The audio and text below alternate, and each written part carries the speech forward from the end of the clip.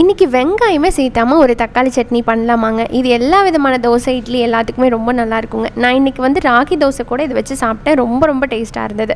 இதை பண்ணுறதுக்கு முதல்ல கடாயில் எண்ணெய் ஊற்றிட்டு 1.5 டேபிள் ஸ்பூன் அளவுக்கு கடலைப்பருப்பு, ஒரு சின்ன டீஸ்பூன் அளவுக்கு உளுந்து அண்ட் காரத்துக்கு தகுந்த மாதிரி காஞ்ச மிளகா, இது 3ஐயும் வறுத்து தனியாக எடுத்து வச்சுக்கோங்க. அடுத்த ஒரு 3லேருந்து 4 தக்காளி பழம் போடலாம்.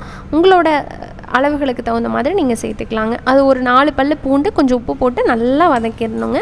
இந்த தக்காளியோட பச்சை வாசம் கம்ப்ளீட்டாக போயிடணும். கொஞ்சமாக மட்டும் புளி சேர்த்துக்கலாம், புளி அதிகம் வேண்டாம். கருவேப்பிலை போட்டுருங்க. அதுக்கடுத்து தான் மிளகாய் தூள், இது ஜஸ்ட் ஒரு ஃப்ளேவருக்காக சேர்த்துறேன், ஆப்ஷனல் தான், தேவைன்னா சேர்த்துக்கலாம், இல்லாட்டி விட்டுறலாம். கொஞ்சமாக நாட்டு சர்க்கரை, அந்த புளிப்பை வந்து பேலன்ஸ் பண்ணுறதுக்காக கொஞ்சம் சீரகம் அண்ட் நம்ம முதல்லையே வந்து வறுத்து வச்சுருந்தோம் பார்த்திங்களா, அதில் கொஞ்சம் பெருங்காயத்தூள் போட்டு எல்லாத்தையுமே அரைச்சி எடுத்துக்கோங்க. அரைச்சி எடுத்ததுக்கப்புறம் எப்பயும் போல் தாளித்து கொட்டிட வேண்டியதாங்க, அவ்வளோதான். இதே மாதிரி நீங்கள் வீட்டில் பண்ணுவீங்களா அப்படிங்கிறத மறக்காமல் எனக்கு கமெண்ட்ஸில் சொல்லுங்கள். பாய்.